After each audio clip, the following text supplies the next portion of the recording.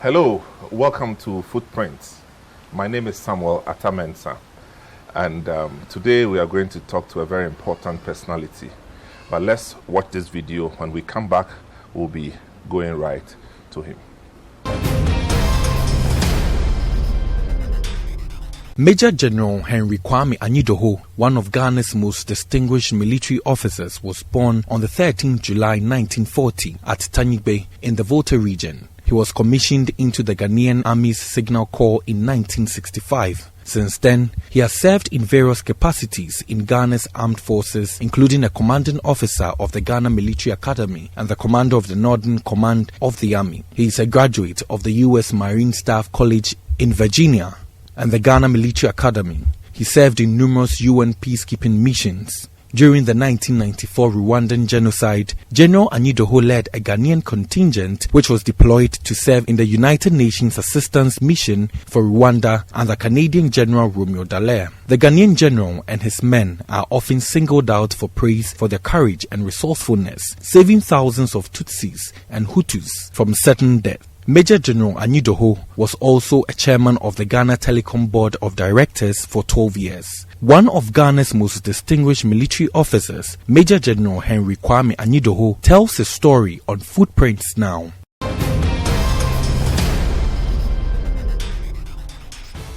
Welcome back to the program. Now you know who we are talking about. General Henry Kwami Anyidoho. I repeat, General Henry Kwami Anyidoho. I salute, sir. You are very much welcome. I don't even know whether I did it properly. Well, it's good enough.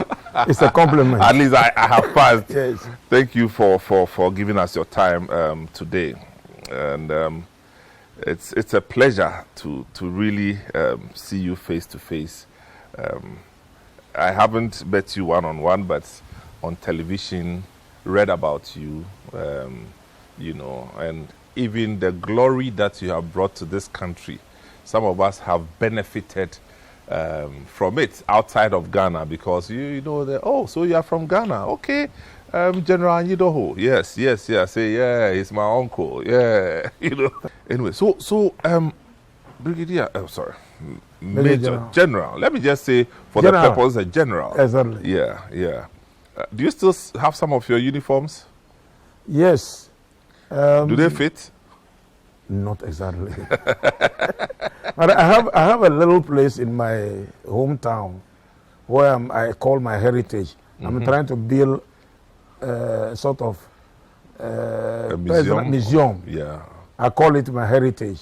So in my house back in my hometown, there's a room reserved for that where I've hung all the uniforms and the relics I brought from operations. That's good. Yeah, so if you were doing this there, it would be more interesting for you to enter that room and take some That's few correct, pictures. but that's a cue to Ghana Tourism Authority and the Museums Board. In fact, Ghana Tourism Authority, I mean, this is the General Anyidoho, and I say the General Anyidoho, who you will find in the history books, who you will find in the military books many years after he's gone. And it will be sad for Ghana Tourism Authority and the Museums and Monuments Board not to be part of this project that he's talking about. Because it's a national monument. He sits here alone, but he's an institution. And that's why we should celebrate him. And we'll come back to that. Okay. Where did you start from, this whole career military thing? Or how did you get into it? Well, when I was in school.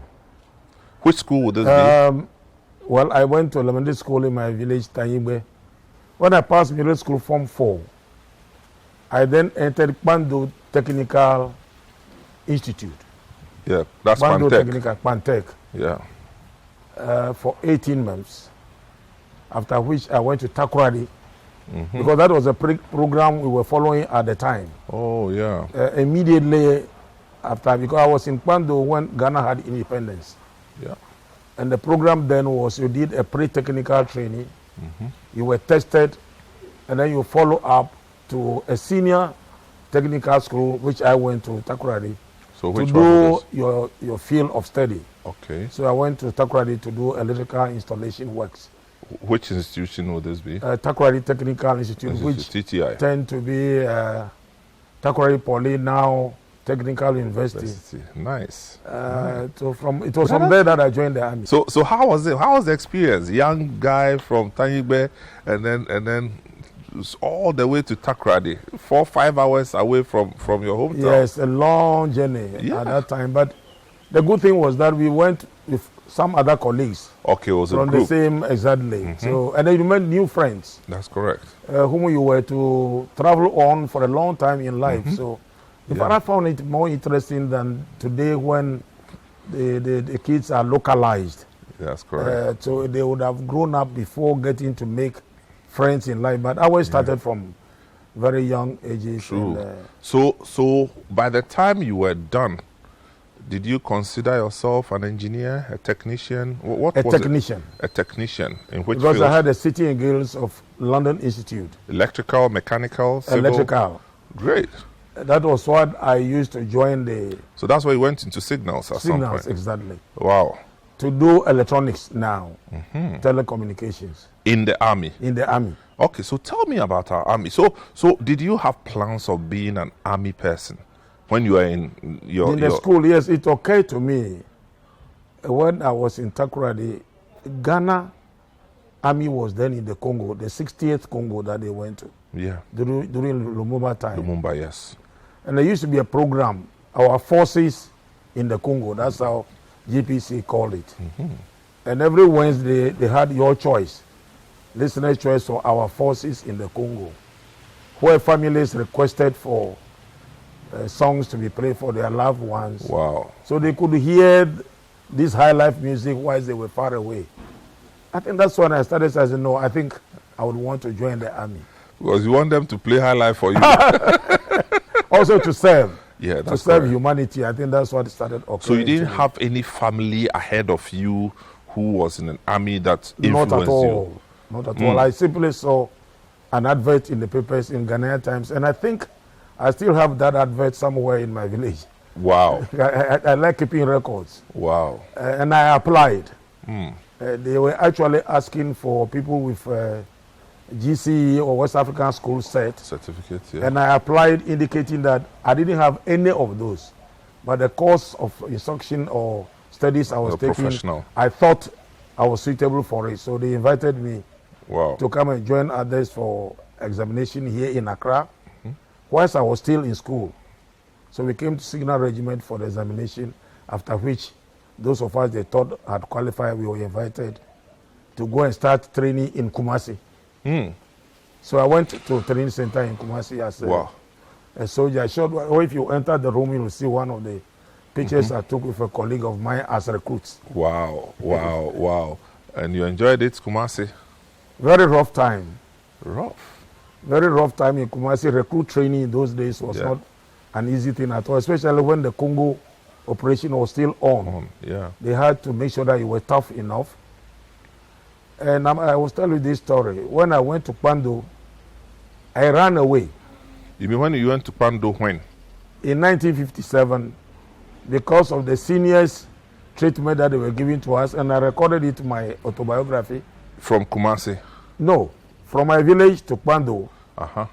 Then Pansek. Because I couldn't take to Pantek, I couldn't take the punishment, so I ran away back home.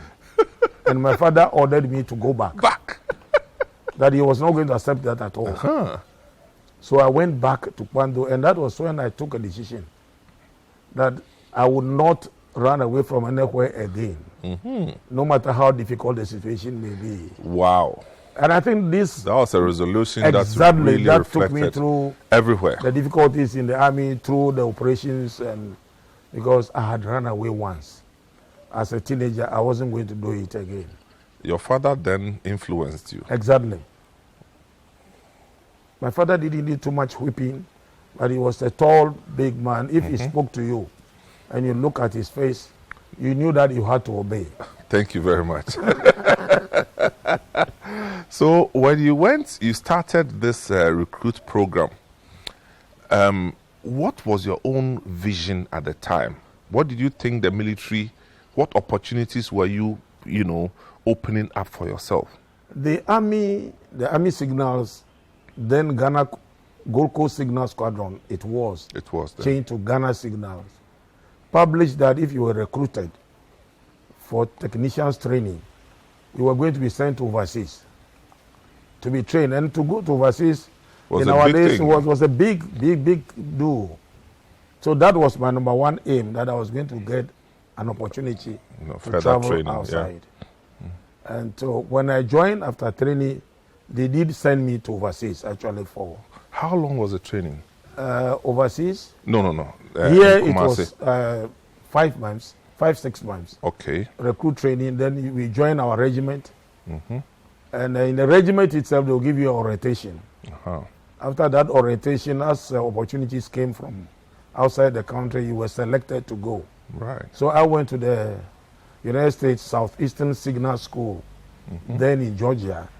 I had my basic overseas training there. Wow. And came back. Right. So then I was qualified as a technician. Now, when you qualified from the military, the school in Kumasi, what was your rank that you started with? A signal man, which is just like a private soldier. Oh, okay. Yeah, but the trade units have their own terminologies. Okay. So in signal, we were called signal men, but actually private soldier. Okay, so you had the one... nothing. Oh, you had nothing? Nothing. Then you will become a lance corporal. Okay. When you get one stripe. Oh, wow. So that's curious. It means you started from the very basics. Wow. So it was actually when I was in America doing that course that I had a substantive lance corporal rank. I had an acting rank. They gave me here so that I could be used as an instructor. So they needed to give me some authority. So I started teaching, basic things like electricity and magnetism, things that I had already learned in school. So I was given that rank just to identify me among the many, to have some authority to teach. Yeah. When I was in America, I was then confirmed as a lance corporal. A lance corporal. You were happy? Very happy. And then, of course, when I came back with that rank, I was posted to Kumasi. Again? They were then establishing the 2nd Infantry Brigade Group headquarters. Our first commander was the late General Ferry. So I went there as a technician. The old man General Ferry? The old man General Ferry. And one day I had an encounter with him. I went to his office to repair his telephone equipment. So he entered into a conversation with me. Why should I, as a lance corporal, be in charge of this expensive equipment? Did I have a senior person? Because as a brigade commander, I think he was expecting somebody fairly senior to come and do that job. So I told him that there was nobody senior to me in the signal troop then. I was the one in charge of all the electronic equipment. Then he said, if they knew that you could do it, why don't they give you a rank higher than a lance corporal? If indeed you are looking after all this, they should have given you some. I listened to it as a conversation. Yeah. A brigadier talking to a lance corporal. You could only say yes, sir. I wanted to get away from the office people. But he continued with the investigation, with the questioning, not knowing. He wanted to get something out of me. I later on got to know that the result of that conversation, General Ferry actually called my director of Signal Corps then, Commodore Kwe. And the two of them agreed that I should be given an opportunity to go for officer training. Wow. That was how I was picked, and I finally went to the military academy. Wow. I'm sure this will be, you'll be very excited, but how did your year mates, cohorts take it? Oh, for them, those days we didn't have this kind of... skin pain? No, type of thing. And they were glad. They knew that I had gone to a level higher than most of them were. Yeah. Because I was even then planning to go to UST. Oh, so I was using them as my students in the evenings teaching them so that Wow. I was going back Exercise. through my That's good. physics That's and mathematics books. Yeah, all the calculus and I would say that they respected me. lovely. And so when Remember any of them today? Any of them? everybody has left there, but some of them are alive. But in that group, none of my colleagues and commission as I did. Yeah. There were some other soldiers. Yeah. One Colonel Awudu, who unfortunately died last year, was already in the regiment before I went. But the two of us went to the military academy together. Yes. Wow. Signal commission people are there from time to time. If you ever heard of Brigadier Joe Nifo, one of our officers who unfortunately was killed during one of these upheavals. No, I know Brigadier Nifo. Yes, he was shot in his home. Exactly. Yeah, in his home, yeah. He was also from the Junior Leaders Company, actually. And we were all in the same corps, Signal Corps. Because his kids are my mates. Good. Yeah, so I Very well respected officer. Yeah. He was ahead of me. Yeah. Oh, Brigadier Nifo. That was in 79. Yes. Also. Yeah. Joe Nifo. Wow. So you earned a place in the military academy. Exactly. And how were you received? It looked like this boy is favored by the seniors. Well, I wasn't alone. We were put in a group with professionals. What I mean is the medical officers, the lawyers. But you are a professional. Who already came prepared from civil street. So we were given only 6 months. They and the old soldiers had only 6 months training, after which we were commissioned. So those from school, secondary school, 6 formers that we went with, that were then doing 2 years. Oh, okay. So we were commissioned ahead of them. Right. But we still know each other today as mates, because we went to the academy together. So at the end of 6 months, you were commissioned as a full lieutenant. Which year is this? 1965, May. May 65. I returned to signals, yes. So when you were commissioned as an officer, lieutenant, or first lieutenant, were you taken back to signals? Yes. But this time in Accra? Accra. Okay. To the regiment. And how did you progress from there?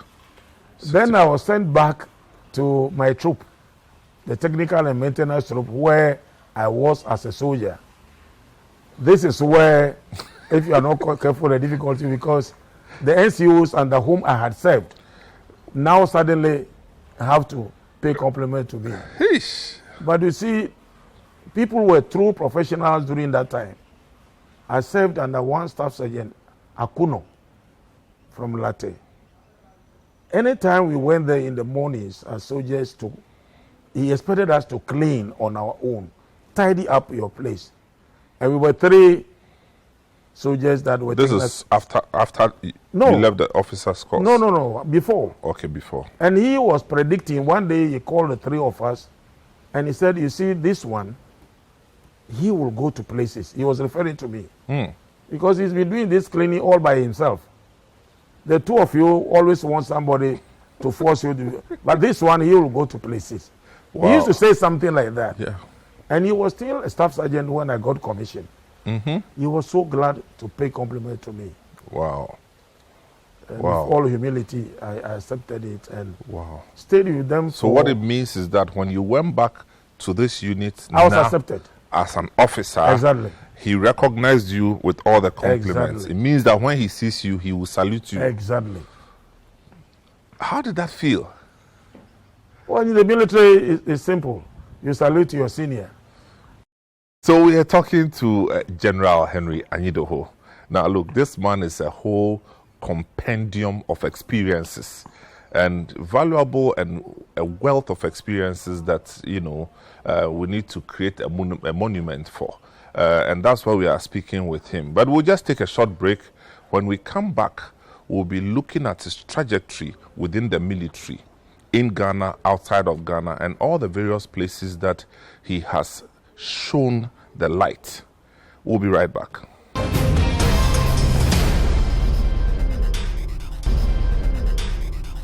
Welcome back. This is Footprints. My name is Samuel Attah-Mensah, and today I'm here with General Anyidoho. Now, it's a name that I am proud to even mention because of what he has done for himself, for his family, and also for this country, Ghana. See, this man is on record as being one of the major reasons why tens of thousands of Tutsis were saved and not annihilated as was purposed to, and even moderate Hutus. So now you're an officer with signals. I would like us to walk through your the trajectory of your military career. Which year would this be? 1965 May. I returned to signal as an officer. Good, in Accra. In Accra. Okay, and how did you make progress from there? Well, as a young officer, you are given a variety of jobs depending upon what was available and what was the importance of a particular piece of job. Mm-hmm. For example, as a young officer, you could be in charge of the unit vehicles. You will be an adjutant to the commanding officer. Mm-hmm. Mm-hmm. You will command a troop. Mm-hmm. In the battalion, it's called, you command a platoon. Yeah. In the trade units, we call them troops. So somewhere down the way, I was picked by Lieutenant General Alex Eskin to be his adjutant. And the practice at that time in the Corps of Signal was that every new commanding officer picked a young officer as his adjutant, somebody he believed would help him administer the unit. So he picked me as his adjutant. So this is the same General Eskin who later on went to be commander of the Middle East.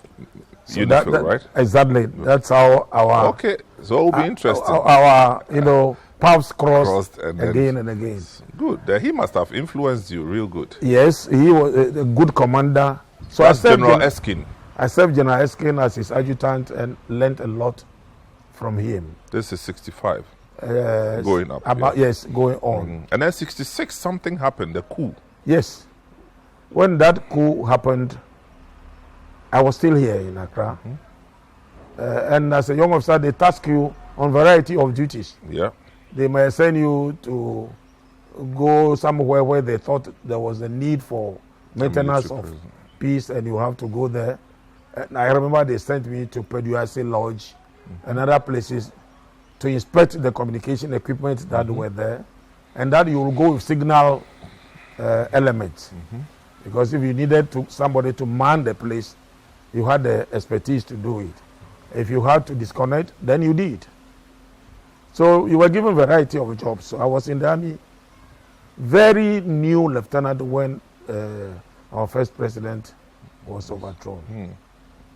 That's how I believe politics started entering our rank. So I have lived through all this. Yeah, but so when you heard that there was General Kotoka, did you know General Kotoka before? Yes. How did you know? But I wasn't close to him because as a lieutenant and where he was at the time as a brigade commander. But were you surprised? That time I wasn't in a position to have assessment of our seniors as to what they could do. So you were just minding your own. Oh yeah, you were tasked to go and do a piece of job. You did it. Right. That was all. Okay, so we are looking at General Kotoka comes in, and then there were new appointments. Were there any appointments that excited you? Still at the lower level, I think it was when he was in charge that I was posted again back to Kumasi as a troop commander.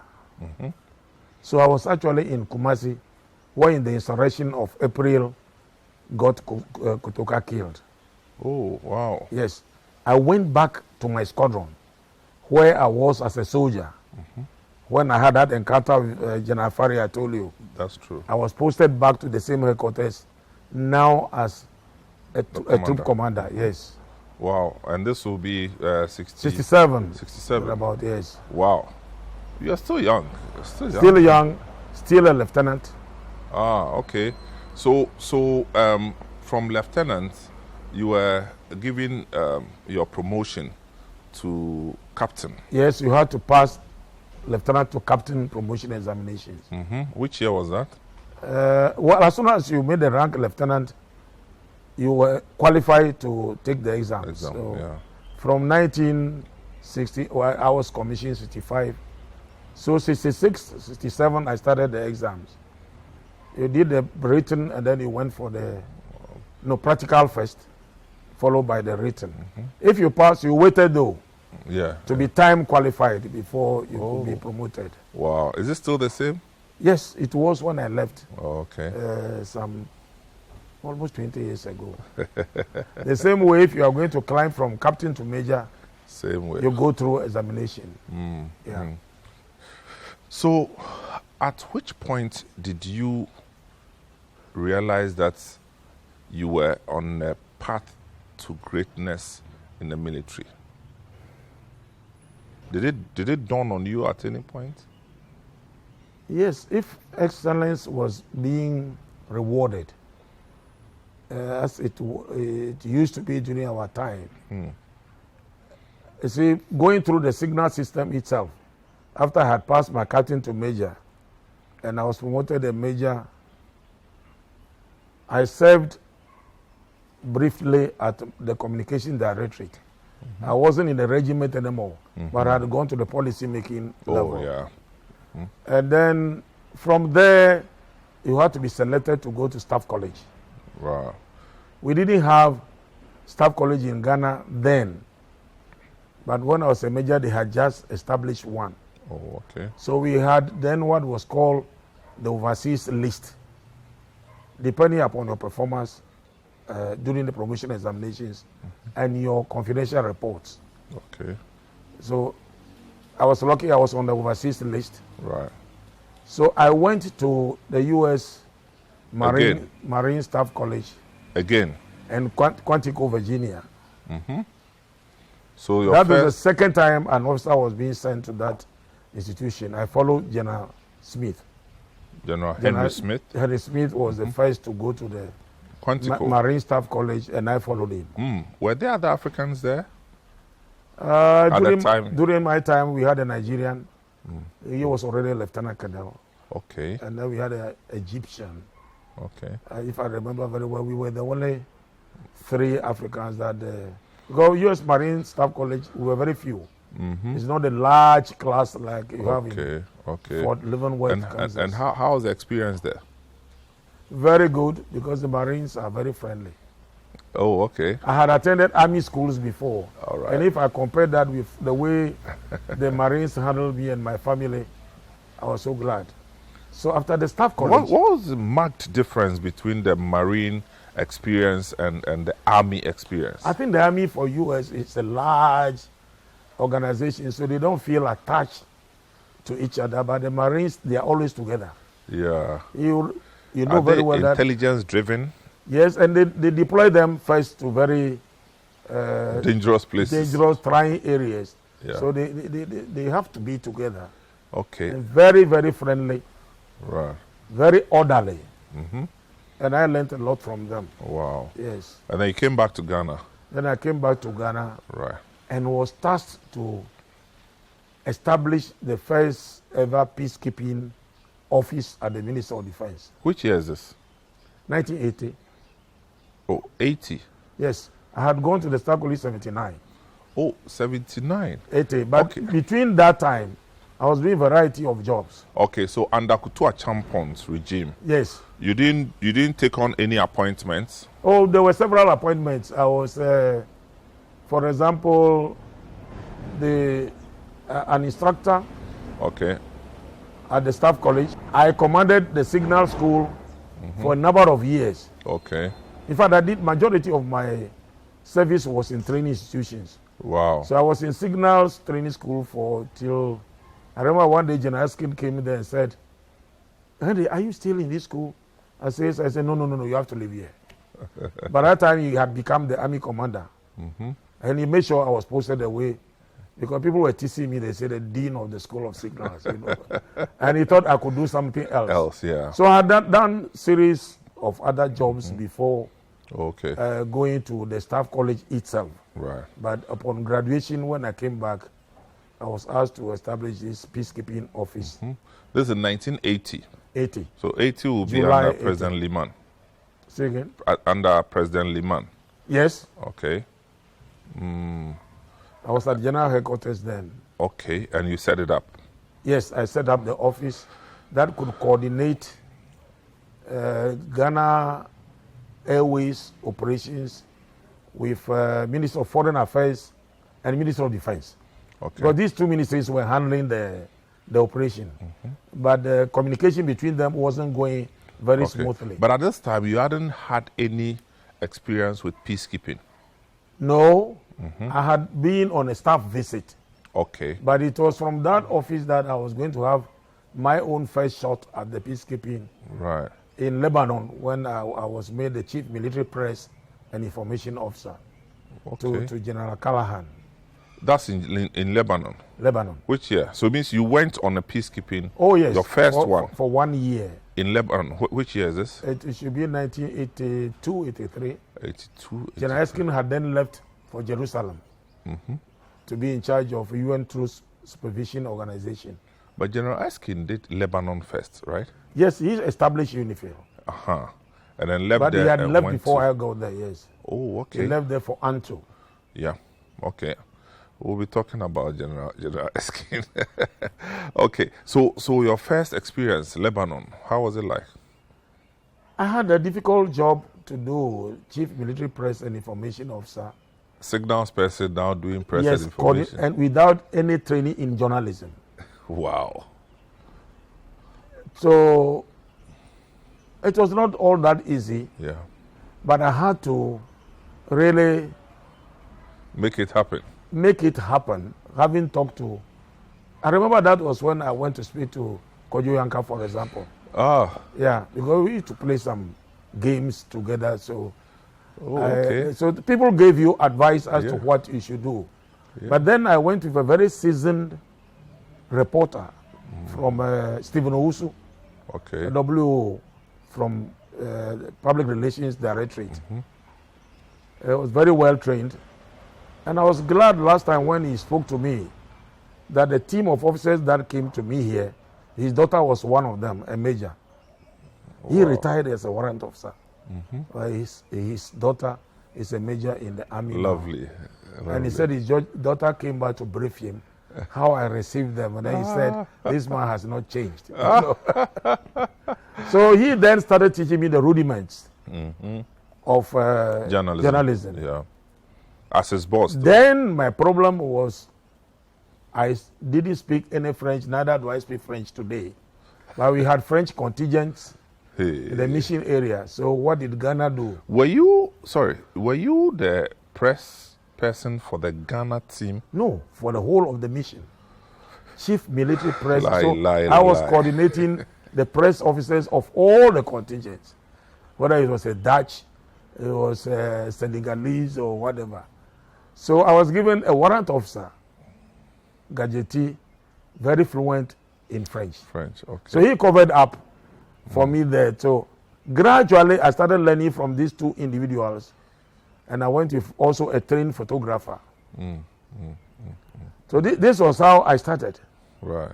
And unknown to me, it was quite a challenge. I got to know later on. Because before I went, those officers that were going there were either from the Education Corps or from the Legal Directorate. The one I changed, for example, was a lawyer, Johnson. And Janakwenu was then the force commander at that time, and he said, I got to know this later on, that he had such a good report from Staff College. That's why he wanted me to go there. And if I should not do the work well, I knew what would happen to me if I returned. Fortunately, when I got there, the first publication I released, he was the one who sent me congratulatory message. Wow. He said he had noticed a change in the job I did and the previous person that I went to change. So then I started learning and having a great deal of respect for even a piece of newspaper. Yeah. I had since then not played with any page in any newspaper. Because I knew how difficult it was to put things together. Yes. So, you were there for how many years? A year. A year, and then came back to Ghana. Yes. And from Ghana, which areas were you? When I returned to Ghana, then I went back to the Staff College to teach. Oh, okay. For some time. And then they brought me from the Staff College now to be the Director of Public Relations. Because when I went to Staff College, I complained repeatedly about the college not having a magazine. Oh, wow. So the commandant just got fed up with me one day and said, Henry, you will make sure that we get the first magazine at the end of this year's graduation. Wow. So I had to put up my own team together. So I picked the students as I knew them. Thank God some of them even left as chiefs of defense staff. Peter Blay, for example. Wow. So I made my own team. And with the help of many others, we were able to release the magazine on the graduation day. Wow.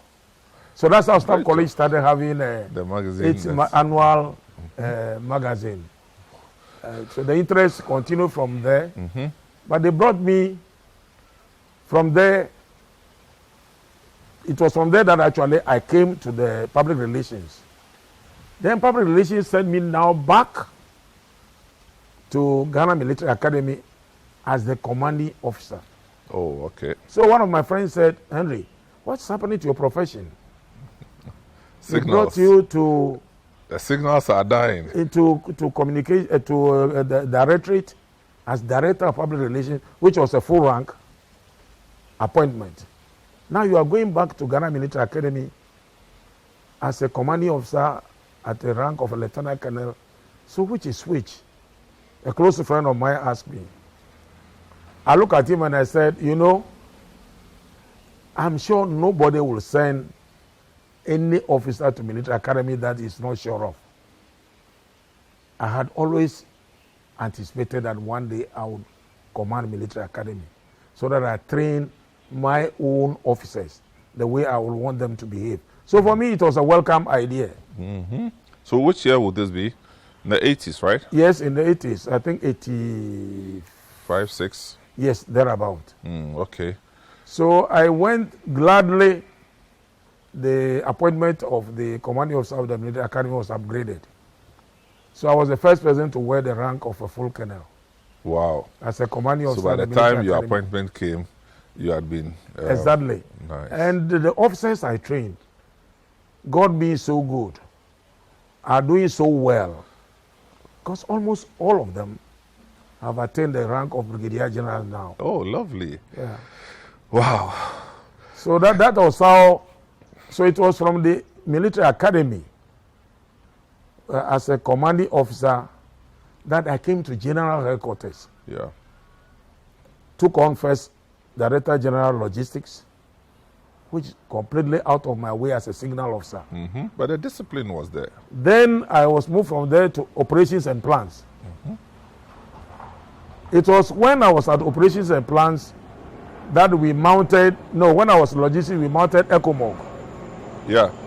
Operations and plans, then we mounted Cambodia. And from there, I went to Rwanda, this whole Rwanda case. Okay, so let me come back. Yeah. You know, we will take it one after the other. Yes. And this time, you are talking about 88, 89, thereabouts, exactly. Into the 90s. So, people, you are watching Footprint, and this is General Anyidoho.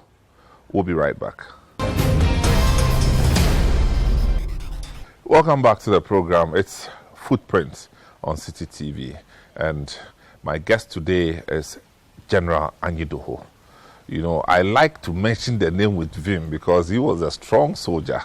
And so now we're talking about the whole sounds of Ecomog.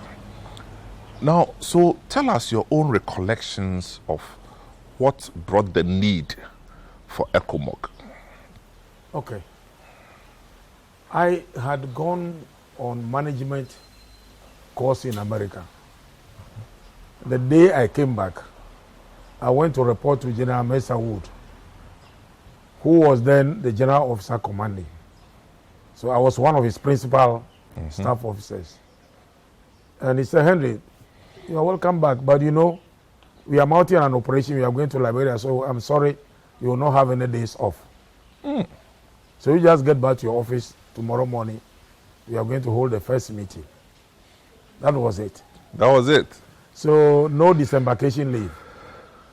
Following morning, I went to his office with two other principal staff officers, my colleague, Brigadier General Beve, who passed away, and Major General Charles Okai. Unfortunately, he's also passed away. And he told us, this was the way he put it, gentlemen, we are going to mount a live operation of our time. Whoa. And I want you to go and prepare instructions for me to issue out to the 3 services. He was the boss. So when that was it. It was as simple as that. We are mounting an operation. Of course, he told us the decisions that they had taken. So the 3 of us went back and wrote an instruction for him. So this is instruction meaning that the modus. Yes, he is going to task the Army, Air Force, and Navy to go and do a piece of job somewhere. It's an operational instruction. Okay. At this time, did you know that it was to do with Liberia? Oh, yes. He Okay. gave us the background. Well, the news was in the air. Yeah, that there was a civil. Exactly. So we went and prepared the instructions for him. He went through and felt satisfied with what we wrote. He was somebody who didn't like complicated writing, something very simple, Straight for people to the point. be able to operate. So that was issued to the Army, Air Force, and Navy. Army, of course, playing the lead role. But I must say that it's the only operation, or it was the only operation during my service time, in which the 3 services went into action Together. at the same time. And I've been encouraging people to write about this because I think it's an important part of our history. I don't think anybody has. Colonel Abuaji did some writing on it, but that was much later. But the 1980 operation which we carried out. So, having written out that instruction to the Army commander, At this point, we had not started No. the intervention. Okay. so we were now going to prepare. The Army commander was told that he will have a piece of job to do. He will then pick the unit that is going to go. In this case, he picked 2nd Battalion of Infantry from Apremudu. Meanwhile, Where is that? 2nd In Takrady. Takrady, yes. Meanwhile, we, the principal staff officers, had to start preparing to support the operation.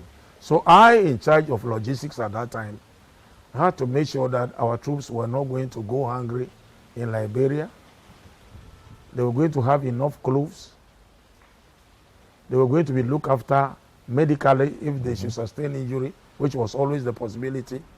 Anything logistically to support them. But we didn't have any reserve of anything. We didn't have reserve uniforms. No. So what did I do? I went to Food Distribution Corporation. Anything I could seize, so to say. Fortunately, we were still in a military regime then. So at the time. exactly. So if they had corned beef, we placed our hands on those. That's all. Then I went to a water company, got their water tankers, got them sprayed into military colors with the promise from the minister that we'll be paying for. So this was how we picked beaten, because our officers that went on reconnaissance, which is the first thing we do before we go into operation, didn't even get to Monrovia. They stopped in Freetown, Sierra Leone. That's where they gathered the information from, that there was nothing in Liberia. So we had to carry everything. We had to carry firewood, we had to carry kerosene, we had to carry everything. That was the briefing they gave to us. So I was not going to take any chances. So this was how we made the preparation, picking bits and pieces from here. We didn't have... At this point, it had escalated into... They were fighting, they were full-scale killing war. people. Yeah. And Ghanaians were there, Nigerians were there, but Nigeria didn't also have a large, what should we call it, naval vessel. Oh, okay. We didn't have. So what the two countries which were playing the lead role, we did was, we put our troops on commercial vessels. Black Star Line was still there then. And these were escorted by the naval gunboats into Monrovia. And when our troops were landing in Monrovia, they had what we call in military terms opposed landing. Opposed landing means they were shooting at them when they were trying to establish a beachhead. When they were coming off the ship, they were shooting at them. This was Charles Taylor's forces. Fortunately, we had the Nigerian Air Force and the Ghana Air Force. Yeah. Okay, they came in with their ground attack aircrafts, and they actually beat off these Charles Taylor's forces. So Charles Taylor didn't want any intervention at the time? No!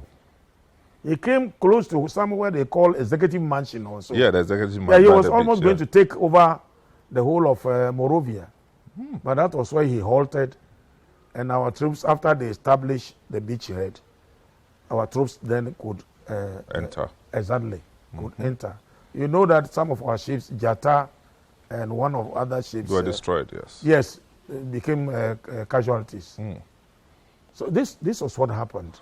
Whoa. But because we had prepared them, at least what they carried could take them some days. Yeah. Okay, tell me, at this time, what was the makeup of the Ecomog? So you had Ghanaians, you had Nigerians. Playing the major role. Nigerians were more in numbers, followed by us. Because after they took the decision, I think in Gambia or Lome, somewhere, either in one of it was an ECOWAS meeting. ECOWAS meeting. Some of the countries withdrew. When like they went back, they were not going to participate. Of course, Sierra Leone, Guinea were too close. So, but Guinea was with us. Okay. Guinea was with us, but the others didn't really show too much. Our colleagues, the Francophone West African countries, as if they started withdrawing. Côte d'Ivoire didn't come out? No, they were not there. They were not there. And this is a sensitive international issue, so you should be mindful of it. Yeah. So we thought somebody was pulling strings from somewhere, from Paris or somewhere. But we could not afford, when I say we, I'm referring to Ghana and Nigeria, when our nationals were there and were being killed. So we were going to go in anyway. So we went in. Had we not gone in, they would have killed all those people. And I keep on saying that ECOWAS, which was set up purely not for military type of duties. Economic organization had to go for operations. That's why they call it Ecomog, ECOWAS Monitoring Group. And I'm glad we did well. You remember who was the commander? General Kwame was. Was he the first commander? Was. General Kwame was. That's the overall commander. Overall commander of Ecomog 1. Between the Ghanaians and Nigerians. Everybody who was there had to take instructions from. And all this time, we were learning our peacekeeping efforts. We were still learning to put things together. Yeah. Looking back, I think we should have staffed General Kwenu's headquarters with enough senior resources. Ghanaian officers. Because staff officers mean a lot. Yeah. Those who will really make things happen. Because the commander is engaged with a lot of thinking. Negotiations, and negotiations while shells are dropping. Fighting is ongoing. Some people should be doing the, thinking, putting things together. But he was, and I think Dogo Yaro also took over from him.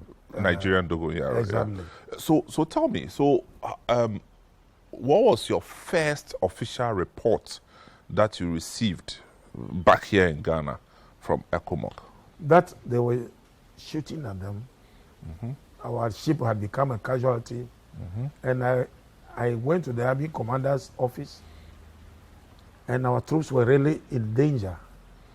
And we had to put our heads together. And I said, well, the teaching is that if the troops come and attack, we send them reinforcement. That was our suggestion. Let's prepare a second battalion to reinforce the first one that had gone. So that was our 3rd Battalion of Infantry from Sunyani went to Liberia. Fortunately for us, the 1st Battalion commander was George Ayiku. The second one was Dankwa, J.B. Dankwa. J.B. Dankwa rose to become a CDS. CDS, yeah. Ayiku also got to a Major General. The two of them happened to be mates in the military academy, I was told. They went there after us. So the two of them were then the lead battalions. And I remember I led the first group of a team to visit them in January 1991, I think. Well, that's a staff visit. Staff visit to see what was happening to them. And I told them they should write this down. I thought it would be very useful because they saw it all. Nobody else will be able to describe it better than they could. And they agreed.